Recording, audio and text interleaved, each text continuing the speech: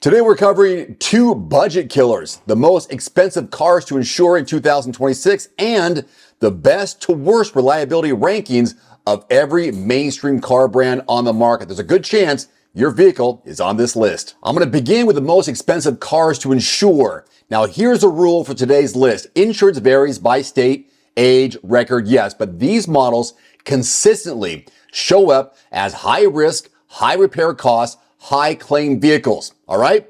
Countdown time starting at number 10, and it gets uglier fast. At number 10, the GMC Sierra 3500 HD, average annual premium just about $3,000. Why is it expensive? This thing is heavy, and when it hits something, it tends to hit it hard. Higher potential damage equals higher liability exposure. The advice, if you truly need heavy duty, price insurance before you negotiate.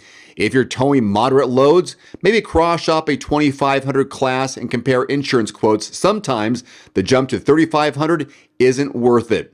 And now we shift from big truck risk to sports car behavior risk because the next two are basically magnets for higher premiums, beginning with the GR Supra from Toyota. Average annual premium, $2,914. Why is it expensive? Performance car plus expensive parts plus higher accident frequency assumptions. And insurers don't care that you drive responsibly. They price the whole pool. So the advice is, if you want the fun coupe experience without the same insurance punch, cross-shop a warm performance car instead of a true sports car. If you're under 30, don't be shocked if quotes are brutal. The next one is the same story, just a different badge, and usually gets driven like it's qualifying day at the track. The Nissan Z. Average annual premium, $2,916, about $2 more. Why is it expensive? It's a sports car, and insurers treat sports cars like higher speed, higher claim severity, higher repair costs. So the advice, if you buy one, consider higher deductibles and shop insurance aggressively. Ask yourself, if insurance is $250 or more a month, does that steal the fun? Now, this is where the list gets weird because the next one is not a sports car. It's a family SUV, and it still hits nearly $3,000 a year, and that's the Hyundai Palisade. Annual premium on average, $2,995. Why is it expensive? Well, likely because of higher repair and parts costs, more technology to deal with, bigger vehicle equals bigger claim exposure, and this model was specifically called out as the surprise on the list. So the advice, cross-shop the Telluride, Highlander, Pilot, and quote insurance on all of them. Don't assume normal SUV equals normal insurance. Next up is the Chevrolet Corvette Stingray. Average annual premium, $3,145. Why is it expensive? Performance plus costly repairs plus expensive materials and bodywork. If you're stretching to buy it, the insurance will stretch you right back. If you're buying used, be careful. Repair costs don't depreciate the way the car does. Next is a truck that can cost as much as a house down payment, and insurance treats it that way. The Ford F-450. Average annual premium, $3,179. Why is it expensive? Heavy-duty trucks create higher damage potential in collisions, and repairs aren't cheap. If it's for business, run the full numbers. Insurance, fuel, tires, maintenance. If you don't tow heavy regularly, don't buy this just because it's cool. Now we enter EV territory, and that's the GMC Hummer EV. Looks kind of cool, but the average annual premium, $3,218. Huge battery here, heavy vehicle, expensive components, specialized repairs. Buyer advice, quote insurance before you fall in love with the spec sheet. If you want an EV truck, cross-shop options that are easier to repair and insure in your area. And the SUV version, yep, it's also on the list. That should tell you something. The Hummer EV SUV, the average annual premium the same. Why is it expensive? Well, same core factors. Weight, cost, specialized repairs, expensive parts. Don't let a high MSRP blind you. Ownership cost is payment plus insurance plus tires and repairs. If your goal is EV performance, there are other routes that don't crush you monthly. At number 2, the Corvette Z06. Average annual premium, $3,351. Higher performance, higher repair costs, and insurers assume higher risk. That's why it's expensive.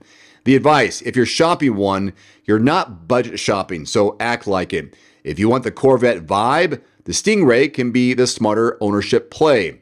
All right, if you thought $3,300 was bad, here's number one, the Nissan GT-R.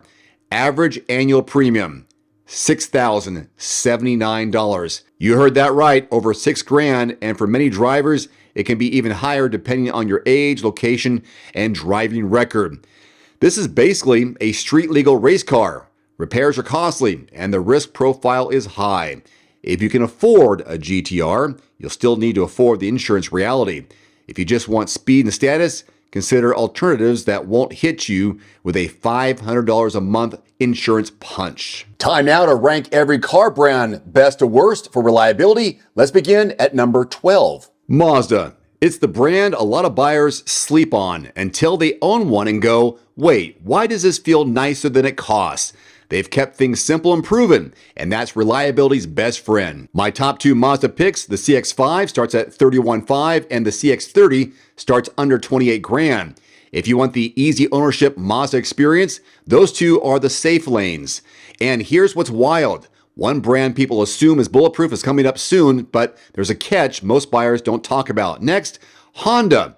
Honda still sits near the top for a reason of brands. Strong resale, strong reputation, and usually a smooth long-term experience. But I'm going to say it anyway. Don't buy Honda on autopilot because reliability isn't just the badge, it's the specific powertrain. If you want boring in a good way ownership, check out the CR-V, starting MSRP just over $30,000, and the Civic, which starts over $25,000, close to $26,000. These are the good moves. Now we're about to enter the zone where buyers get confident, and confidence is exactly how people end up overpaying. Subaru is like the friend who shows up every time you need help. Reliable, consistent, not flashing, but Subarus aren't magic. If you ignore maintenance, they'll remind you that physics still exists. Forester and Outback are the core plays. The Forester starts around $32,000 and the Outback around $37,000. Just stay disciplined on maintenance. And now, the brand everyone loves to argue about. If you're a Toyota person, you're going to nod your head. If you're not, you're going to leave an angry comment. Either way, stay with me. Toyota. Toyota is still Toyota. The reputation exists for a reason. That's why it's at number 9 on this list. But here's the part nobody wants to admit. Toyota's reliability advantage is strongest when you do two things. You buy the right models, and you don't let dealers treat Toyota like it's a luxury brand. That's what Lexus is for. So my two picks are the RAV4 and Camry, starting over $30,000 and $33,000 respectively. If you want the lowest drama, those two are the classic choices in my opinion. Okay, here's where it starts to get interesting. The next few brands are where people get tricked because they look great on paper, but long-term ownership can go either way. Nissan is the definition of depends what you buy. Some Nissan owners have a completely normal experience. Others learn the hard way that great monthly payment can turn into a why is my dashboard a Christmas tree? So if you are going to choose a Nissan, I would say go for the Rogue or Altima. The Rogue starts just over $30,000, the Nissan under $30,000. With Nissan, shop like a detective. Model year and powertrain matters. Next up is a brand most people ignore, and that's exactly why I'm talking about it, because sometimes boring is the smartest reliability strategy. Mitsubishi is not trying to win design awards. They're trying to sell you affordable transportation. And honestly, they can be a reliable advantage because complexity is where a lot of brands lose the plot. If you are going to choose a Mitsubishi, my two choices are the Outlander, which starts just over $31,000, just under $32,000, and the Outlander Sport, which starts around $27,000. If you want value and you're realistic about performance, Mitsubishi can make sense if you're interested. Now we're entering the good value, risky reputation section where the deals look amazing right until the ownership story kicks in. Hyundai, yep, still improving. Hyundai has improved, no question, but if you've been watching this industry for a while, you understand why some buyers still hesitate. Progress is real, but long-term confidence isn't automatic. My two favorite Hyundais are the Tucson and Palisade. Tucson starts just over $30,000, the Palisade in the low $40s. Hyundai can be a strong value, but do your homework and don't ignore warranty details. And now Kia, same family, similar story, but there's a twist coming that a lot of buyers probably won't see. Kia wins a lot of shoppers with features and styling, but here's the trap. Some buyers get hypnotized by the screen size and forget to think about the long-term ownership experience. My two favorite Kias probably would be the Sportage, which starts in the low 30s, and the Telluride, which can range between 38 and 55 grand. Kia can be a home run. Just pick proven trims and don't buy purely on looks. Now we hit the European problem. A brand can feel amazing today and become expensive tomorrow, and that leads us to Volkswagen. Volkswagen can feel tight, solid, fun to drive when it's new. When it ages, that's when the ownership story can get expensive, especially if maintenance is ignored. My two picks for Volkswagen would be the Tiguan in the low 30s and the Jetta in the mid to upper 20s. If you buy Volkswagen, stay disciplined on your maintenance. Skipping service is how you create a money pit. Okay, now we're entering the domestic danger zone. One of these brands is a coin flip. Another is a whole different level of headache. Ford, kind of hit or miss. Ford can build great vehicles, and Ford can build vehicles that make you question reality. That inconsistency is the problem. One owner has a flawless experience. Another is on a first-name basis with the service department. That's not good. Two Fords to choose from, in my opinion. F-150, you know where that starts at, in the low 40s, it can go pretty high. And then maybe a Ford Escape, that's in the low 30s, so two different audiences. With Ford, research the exact engine and transmission combo. This is where the story usually is. Now, if you've made it this far, you're about to see why the next two spots matter the most, because these are the brands that create real buyer regret stories. At number 2 on the list, General Motors. GM is huge, and that's part of the problem. Too many variations, too many redesign cycles, and too many owners with the same sentence. Hey, it was fine until it wasn't, and then it got expensive. If you are going GM, maybe check out the Silverado 1500, starts in the low 40s, or maybe the Equinox, kind of like that one, that's around 30. With GM, don't shop the badge, shop the exact generation and track record. Which brings us to the brand group that year after year shows up at the bottom of reliability conversations. If you own one, you already know what I'm about to say, and that is Stellantis, the most regret per dollar. Here we are. If you want the brand group most likely to turn ownership into a string of warning lights, weird electrical glitches, and, quote, we need to keep it overnight, it is Stellantis. But if you do pick one, they do have some good options that I like. The Ram 1500, for example, starts in the upper 40s, or the Jeep Grand Cherokee L in the low 40s. I understand some Stellantis products are tempting. Styling, marketing, vibe, they're all strong. But if you're shopping one anyway, you need to think warranty, lease terms, and your exit strategy. That's how you avoid the nightmare stories. If this video saved you from making a bad decision or helped you make a good decision, click subscribe for more straight talk car buying advice and car reviews. I've been uploading new videos every week since 2012. It really helps support my channel. I appreciate it. And one more thing, before you sign anything, new or used, check out quotes.everymandriver.com so you can compare real pricing and avoid overpaying. The lowest advertised deals in your local zip code from qualified dealerships.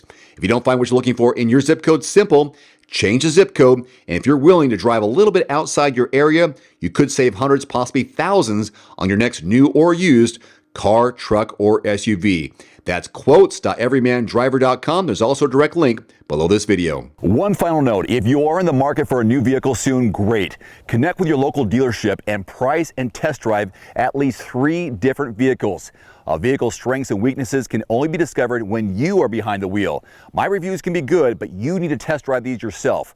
Visit quotes.everymandriver.com, select the make, model, and your zip code, and you'll get invoice pricing in your area on those vehicles. Shop smarter with price quotes at quotes.everymandriver.com. You can save $50 right now on the Nuvio Recovery Chiller. It works with any tub, bathtub, cold tub, indoors or out. Just plug it in, set the temperature, and start plunging. Use my code below and grab your deal today. Want to save 5% on your very own at-home barrel sauna?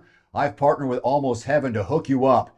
This has been a game changer for my recovery and daily routine. Use my code and link below and start sweating smarter. You can save 5% on the red light panel that I use every week. This platinum LED Biomax works anywhere: bedroom, gym, recovery room, and is packed with science-backed benefits. Use my code below and start feeling the difference today.